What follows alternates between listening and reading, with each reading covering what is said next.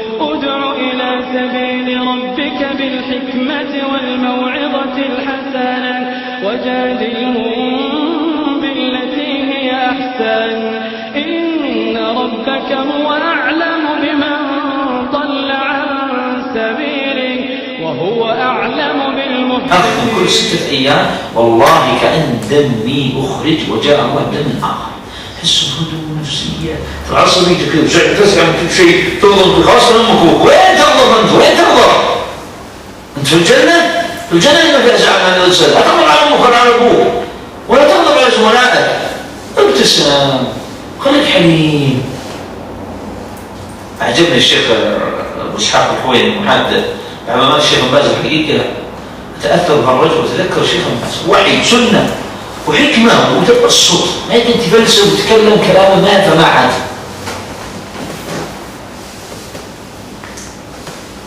فكان بعض الشباب تقول شيء وابعد شيء فقال لا يصحبني إلا حليم لأن ما ينفع في السفر في الروحة في الجية في الأشياء اللي باستدامات إلا حليم. لكن يجي واحد هايج ما يصح. من المسؤول عن الجلسة يا شيخ؟ انتهى الوقت كان تصفر الأحمر أحمر صح؟ صلى الله العافية حتى ما عندكم أصفر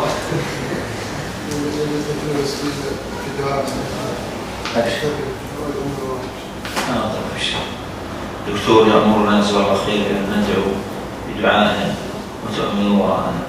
أسأل الله بحوله وقوته يغفر لي ولكم ويرضى عني وعنكم ويتوب علي وعليكم ويهدينا إليكم سبل السلام ثبتهم إياكم على طاعته واجعلنا لكم هداة مهتدين لا ضالين ولا مضلين. يا رب ثبتنا يا رب ثبتنا يا رب ثبتنا على الدين وعلى الالتزام وعلى الاستقامة. يا رب لا تزغ قلوبنا يا رب لا تزغ قلوبنا يا رب لا تزغ قلوبنا يا رب ما لنا غيرك يا رب من سواك يا رب ما لنا سواك يا رب ما لنا سواك يا رب يا رب يا رب يا رب يا رب. لا تجعلنا نصحب إلا من يحبك لا تجعل يمشي معنا إلا من يحبك يا رب لا تجعلنا نتنفس إلا بذكرك وقراءة كلامك يا رب اجعل دماءنا بالقرآن يا رب اجعل أنفاسنا بالقرآن واجعل ليلنا بالقرآن واجعل نهارنا بالقرآن يا رب ولا تجعل الشيطان علينا سبيلا يا رب يا رب يا رب يا رب يا رب يا رب تب علينا واغفرنا أجبنا عرقنا يا رب ثبتنا يا رب واهدنا. اللهم صل على محمد وعلى آله. تذكرت موجود في شريط قديم عنوانه الله خير الحمد. هذا الشريط تذكرت قصة لامرأة تزوجت رجل لا يصلي جاء عند الزواج وصلى له أسبوعين يكذب على أبو الزوج بعد ما دخل بعد الزواج صلي وما تصلي قال إن شاء الله نطوع إن شاء الله واستمر على هذا. راحت في أبوها قالت 4 أشهر ناداها القاضي ما تصلي قسما بالله يكذب بعد ما صلى بكذب فقالت مكذب بعد فأعطوه المهر أخذ المهر وطلق وراح الساحل قال شوف يا فلان أبيك تسحب لي هالمهر قال بس كذا والله أخلي نطوع دين دين أبوها لأبو دين خليها تركع لك وتمشي على الركب كذا وتجيك تركب غصب عنك. قالوا نعم تنكرش أنت فيها. أعطاه المقدم ودخل الخبيث يسجد للشياطين أو يركع لهم أو والعياذ بالله ينجس القرآن كما هي أفعالهم أو يضع القرآن في حيض أو في بول كما يكون ملائكة حسبي الله ونعم الوكيل. المهم يكفر بالله حتى الشياطين تعينه. طبعا جاء الزوج هذا المطلق جاء الساحر قال بشر يا بعد عساك تجيني تحمل على المرافق وركب. قال شوف غيري قال ليه؟ قال ارسلتها ب2 من الشياطين ما اقدر يدخلون بيتها لانها ما تدخل القران لا ليل ولا نهار. من يحفظها؟ من يسلمها؟ من ينصرها؟ فالله خير حافظا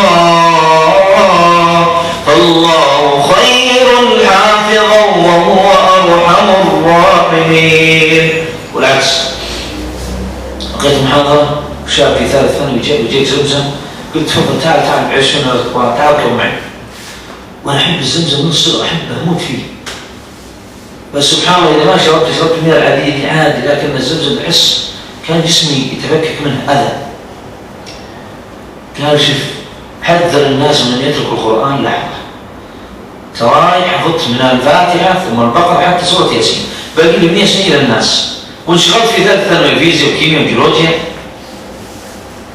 فلما انشغلت أغمي علي ولبست من الجن. اشتبصت، قال أسأل أني كنت في اليمن. رحت في اليمن، قالوا في ساحر كل يوم يقول له تعال، ما يجي. آخر يوم قال شوش عنده؟ قال يوم جيت جلست، قال أعوذ بالله الشياطين ما يقدرون عليك أنت، حاولنا بيك ما قدرنا. يقول فقعدت أضرب بيني بنفسي والله ما يدري عني إلا الله. قال اسكت اسكت، الشياطين هدتني تقول انك تقرا، يا تقعد ساكت وتطلع برا. يقول كنت أردد آية الكرسي، لا تذكر ذكر ذا أبدا. سر، تعرفون السر كذلك أكثر السحر وشعوذ وخرابيط. يقول على الإخوان ملقوف جو تلقى ودخل، الله لا يكثر يوم انه دخل. يقول يصقع على النمو، يحاول طاخ بيها تمشي، يقول سوء تنقز، ما في فائده. قالوا الجن قالوا ترى في فلان يقرا آية الكرسي. يقول كنت فعلا اقرا آية الكرسي. يقول طلعني من بين المئات واطلع برا. اليوم طلعت اشتغل الجن واشتغل السلك حقيقي والعكس. احد الاخوان قابلته بجده، استمع الكلمه ما ادري شلون استمع، سجل ولده 12 سنه يوم جيت. شلون؟ توصلت معنا تو؟ قال لا اسمعكم لكن ما صلت. شلون؟ قال انا لو افكر بس تفكير اني انزل المسجد يغمى علي اسبوعين واجلد زوجتي جلد من دون وعي. ثم بكى ودعا لها وقال والله إني ما أستطيع أشوف المصحف، إني أشوف كل صفات. هل تريدون تصلون إلى الدرجة دي؟ صور اللي تبيه وقد العب طال عمرك وخلها نص ساعة ولا 10 دقائق. لا أنت ما جيت. وبعضهم يقرأ يقول صديقة بلا الشياطين، عودت نفسك على الأغاني على الموسيقى اللي تدري الشيء هذه قراءة إبليس على جسمك وأعصابك. يقرأ عليك ليل نهار دن وانت منبسط كذا وداعس البنزين. تعرفون من تشرب من المنبسط ترى الشيطان يجري دمك مو بنت. والدين يسمع تبكي وتخشى ومش صدرك، لكن إذا انت تبكي فلا إبليس اللي معك. وموقف ثاني كان في مجلس مثل هذا، بس كنا أنا ورجل وولي الزوجة أخوها والزوجة جت تقعدينا. واحدة خلاص وكرت أحمر، أنا نازل عزم أصفر ثم أصفر ثم أحمر.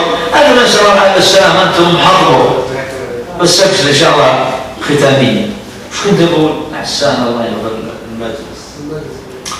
واحدة كان عندي دورة في سيرة النبي صلى الله عليه وسلم، ولا أركب معك قلت بحال أقل 400 متر حسنات وتكفي السيئات، وبي يكتب لي بيت في الجنة كلما غدا وراح بعضهم شكل السيارة بس يجب شكله حاول يبحر مش حاول يبحر. قال عشان تحرك، قال تدوم بلا حرب بلا تحرك عشان ربك. يقول صلى الله عليه وسلم كلما غدا أو راح يبني الله لك بيتا في الجنة. آخر يوم قلت خلني أركب معه، حسيت سوقه كذا وحالق منه ومنه. قلت أنت متزوج؟ قال ها يتزوج ولا يتزوج. شلون؟ قال والله كل ما حدث الزواج المرأة تقول تعبانة ما أبي، شهر تأخر شهرين 15 يوم 3 شهور 11 شهر الحين أنا معلق. قلت ليش؟ قالت تقول إن فيها سحر. قلت أنت قدها. أراء بعض الناس عشان ما تكسر ضلوعه يسوي وهو خرطي. قلت زين يعني قدها. جلسني مع زوجتك ومعك وليها ولا بقهوة ولا شاي، ترى ما يشربها بس كاس ماء ولا بعشاء. قال بتعبكم، قلت لهم لا تكثر علي بس خلصنا بعد العشاء اللقاء صلينا العشاء ومشينا. جلسنا أنا وين المجلس الباب كان هم مثل الشاب اللي عند المركب وجلس وليها هنا وجلس زوجها مكانه وتخرط هي وتجلس هنا مسكينة سلمت قبل ما توصل المركب قالت الله يلعنك ويلعن أبوك وجدك عندي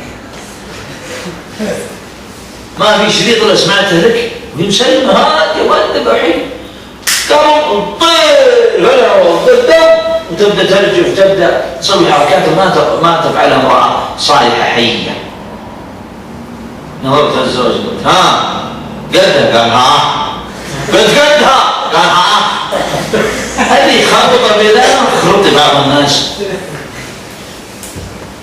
قلت شوف لعنتني سبتني اشتمتني ووالدي ما خلطني شيء ما رضيت مسكينة مادية إن كنت رجال ولد رجال ما تخلي يد خبيث لها تصبر عليها وتزوجها وكذا زاس الله الجنة يا أم فلان شو اسمها هي قالوا أسماء مدري سارة مدري شو قلت زاس الله الجنة يا سارة الله يوجس على الترحيب والتهليل الطيب اللي سمعته منه هذا معنى ادفع بالتي يا أحسن فإذا الذي بينك وبينه عداوة كأنه ولي حميد وما يلقاه إلا إذا صبر تصبر تهرم حقك وتهرم أمورك لأنك تتعامل مع ربك. الأنبياء ذبحوا وقطعوا ما بنت خبط جلس والله لا رد الصاصعين مدها خلاص هونت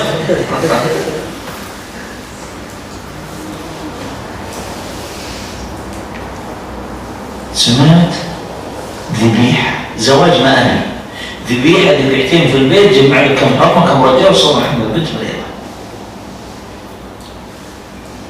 تصعد ليلتها يا شيخ فهم قال هذا من تعيش طيب أبوك أنت عيش عندي قال هذا الله يفرح جلني طلع شمشتها والشرع اللي يعطون الحريم قلت له الله ايش الحركات الرومانسية دي قال أجل عني العلم قلت أنا عني العلم ويجدي في المجلس ما ردت على شيء والله حييت ومرحبا كلمات الشهد والحلا والعطر كله عشان ما في سمعت عند الحي لا خذها راكب اي والله لأن يوم من الأيام واحد يتكلم ولا ما في شيء في استراحة ولا سمعت انت قال وانتم يا حريم اتقوا الله اذا تزوجوا جوازكم من خلال ازواجكم الدب واحدة بيبسي بعد ناظر السك ما يجيني بيبسي فالمرأة ضعيفة حتى اللي عقلها فيها ابشري والله العظيم اليوم زوجتي قسم بالله العظيم تسدني سب الله لا يوريك يا بعد قلبي يا الحلا كله وهي قاتلتني ورديتني نجوم الليل عز النهار الزوجة رقم 2 لا تأمون أمهاتكم تطلقكم أمهاتكم الليل وتقول لكم بلدر ولد أبا يأخذوها أما لا يوقفها فهي صادق أمزح وجات والله اتصلت علي أقول ما قصدي بالزواجات الزواجات فيها ضحك وفيها أنس وفيها اتصلت علي حرم عمره 66 سنة يا الله حسن خالد قالت أنت عصام عويلتي قالت الله يوفقك قالت أضحك رجالنا وتقول التعدد ما لقيت علم التعدد الله يوفقك يا شيخ عجوز سمجتي كرت أحمر وكحلي وصلى الله على محمد عليه الصلاة والسلام